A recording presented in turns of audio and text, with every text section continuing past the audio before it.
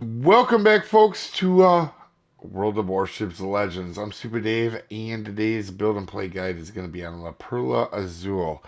The one ship, one of the few ships I didn't actually have. I forgot I didn't have this one. And got lucky and got out of a crate, so you guys are getting the guide for it. The commander that came out for this was Marissa La Loca. We're using A.L. Harbin as a inspiration and Hagero. Two pretty awesome commander inspirations for the ship.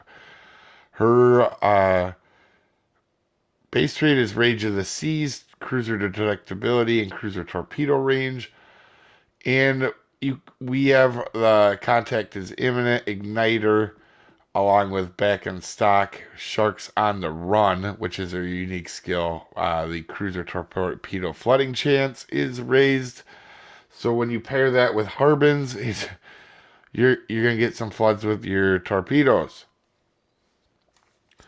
And then also we're running fully packed.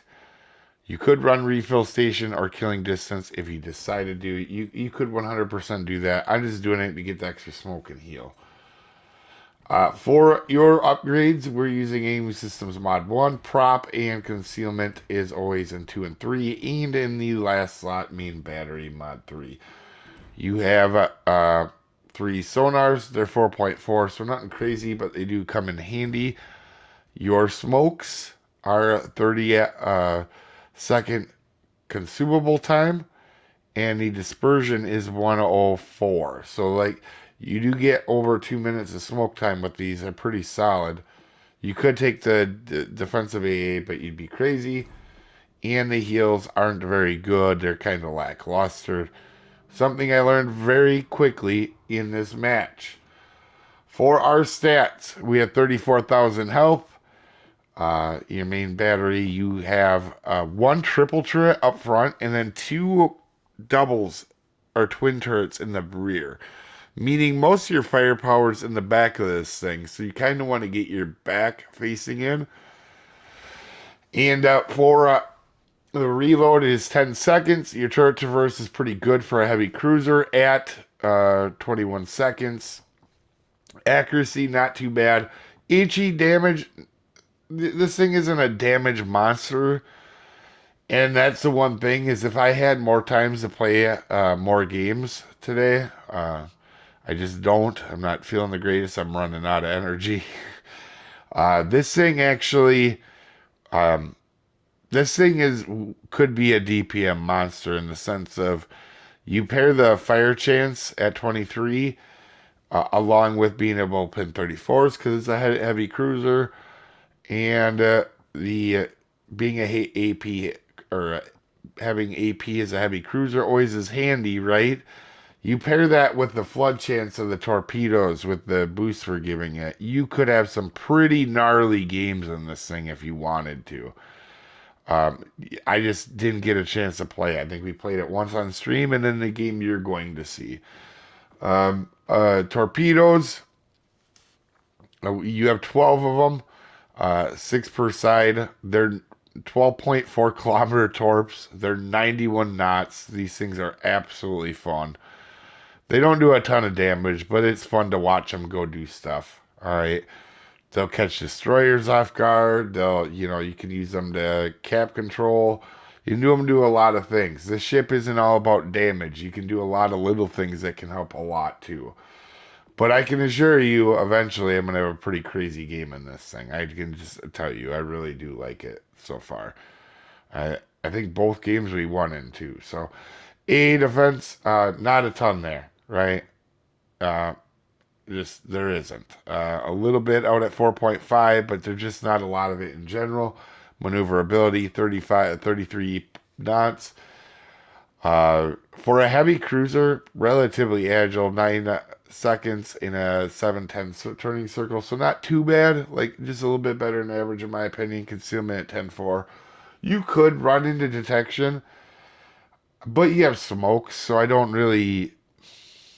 In my opinion, I just think if you pair the HE fire chance with the flood fire chance or the flood chance, you're gonna get some pretty gnarly games in this. And I will down the road, I'm sure of it. Armor. You have a 25 millimeter bow and stern, meaning that you can be overmatched by anything over 14-inch guns. Now, that being said, as long as it doesn't, a battleship doesn't have over 16-inch guns, you can angle to them. All right, but if a battleship has over 16-inch guns, this is what they see right here. Whoop, that's it. So if you go broadside to, you know, if you go broadside to anything, it can be rough, but particularly American battleships can mess this thing up. I can assure you that looking at this armor scheme. Oddly enough, I actually don't know what ship this is based off of. I don't recognize this Citadel in Legends at all. So, or this gun layout or anything. It's kind of unique and I kind of like it actually. I didn't think I was going to like this ship nearly as much as I do. As we start the match, it's disclaimer time. This is a beginner's video meant to help people new to the ship or new to the game. This is not meant for professional gamers that know everything there is to know about everything in the universe. There are multiple ways to play and build this ship, and I am an above average player, not the world's best. I make mistakes, you may see one in this match. You didn't come here for pronunciations. I'm as good as anybody at slaughtering beautiful languages all the time. That being said, we're on shards. And to be honest, I was a little nervous because there's a division on our team that's a Zeppelin, a Graf Zeppelin carrier, and a D7. So I was a little nervous, right? But this is going to be an interesting game. Not the highest damage by any means, but you can see the potential that's there. Also, you're going to see how to play the ship close in and the mistakes to not make, and also what will happen. Also, Udachi is going in there to spot. Pretty happy about that. He does, in fact, spot Orkin. We did place the torpedoes pretty well, but we're going to take a shot. We had AP loaded because you want to load AP all the time. For your first shot, it's a heavy cruiser. You never know what you're going to get broadside, right? We're going to start focusing Orkin. I'll be honest, I actually didn't see our destroyer smoking up here. Otherwise, I probably wouldn't have smoked up. I think over here was just a Gneisenau, so I wasn't too worried. Yeah, I think it's Gneisenau over here. So I wasn't too worried, but we do get a fire and on Orkin, and he does put it out right away. And he does radar our Udachi. This Udachi is going to get himself in trouble a few times in this matches, and that happens. I totally understand. But you got to understand when you smoke up, there's going to be a radar coming. Like, you have to understand that. We're going to back in and try to get the cap. Udachi's running for his life. He's going to do that a few times this match. And again, it's okay. It happens. The thing I don't realize is that the carrier is coming over here. Now, we can't really hit Udachi or nothing like that, but we're going to keep spamming torps out to keep him out of this base. Lately, there has been a ton of Graf Spees in these matches running secondary builds. Most of them not helping the team at all. So, when I first seen this, when I first seen the build that was Celiacs, and it was a division with a D7, I'm like thinking, oh my lord. Here we go again, right? Crazy AP or crazy Grasp B secondary build who's going to rush in and just die right away, right? So it's been happening a lot. Kind of wish they would do something, maybe change Grasp B up a little bit so it wouldn't happen as much. Because it seems like I get the teammates that do that like crazy. We're going to go ahead, back up. Most of our guns are actually on the back. And we're going to get ourselves in a pickle here. I did not realize I was like the only thing spotted here for a second. I thought our battleships would be spotted as well. They're not, apparently. They're behind the mountains enough where they're not getting spotted at all. So I'm going to get some heat here in a second. And it's going to it's going to hurt. And it's going to get warm. As we get airdropped, we get set on fire. stuff's happening, but we drop them torpedoes out, and as you can see, we get a hit, and we're backing people off of this cap, right? We're holding our own, even though our battleships are hiding behind us, and our destroyers behind an island. We're holding our own. Maybe not for long, but we're doing it. We have 3 fires on us. We had 2 for a second. They decided to put another fire on me. You got to be a little bit careful. You got to have a backup plan when this happens. Now, I didn't actually know this at the time. I'm looking around for Orkin. I know this is dumb. Wasn't feeling good, obviously, this day. And he definitely got killed by our carrier, which I did not see, which would have made a big difference on kind of our next thing. As I seen our carrier rush in, and I tried to smoke for him to save him.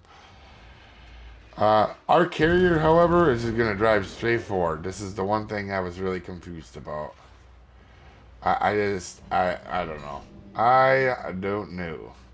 That being said, this and the D7 are actually going to be decent, but you could see how I was a little nervous about them as a team to begin with, right?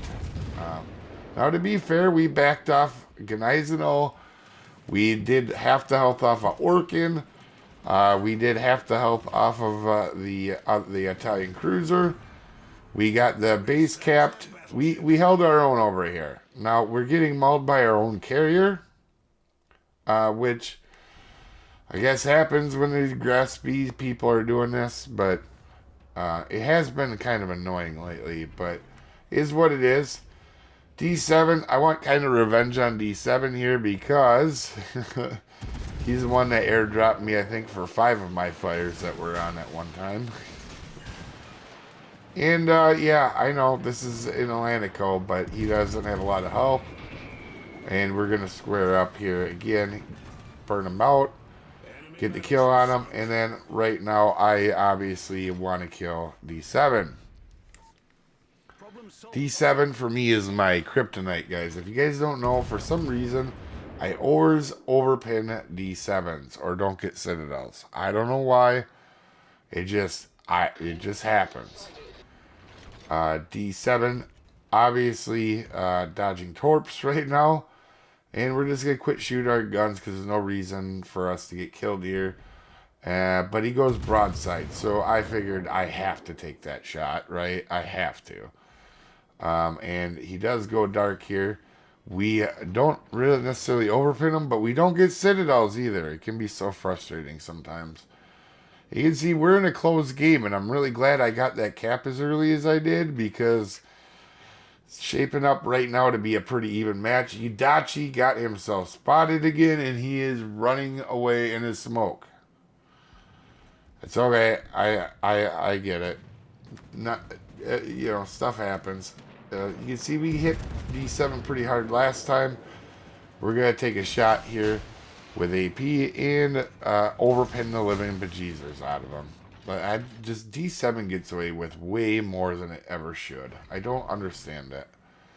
It's also why I don't play it, because it's kind of a broken ship. Especially in divisions. You get in divisions, D7s are crazy. Like right now, if I see any more Friesland D7 grass speed divisions, I'll just puke. I will just throw up. Or split D7 and Graf Zeppelins, or black too. That's another one you see. But we're going to go ahead and he's going to get spotted here. We had AP loaded thinking he's going to be broadside again. So we switch over to HE. And we're going to turn out. And we do get 2 full pins on him. We basically took most of his health off this D7 here, for the most part. And we're going to try to finish him off here. And then get behind the island. And then start heading towards the B cap, right? Just to protect that. It's one of the favorite things I like to do on this map is win my side, go get some island cover in a cruiser, and then take the other side out. So, problem is I'm spotted, so I got to be careful. if anybody charges that cap, I want to make sure I'm dropping torps in there, just in case the destroyer does. And right here, I'm just trying to stay dark. I don't have a ton of health. I'm trying to get into a better position here. Towards the end of the game, you're more helpful if having your points instead of dying, or getting into a good position, right? Like just shooting your guns off to get a tiny little bit of damage and then losing your points for your team doesn't really help you at all.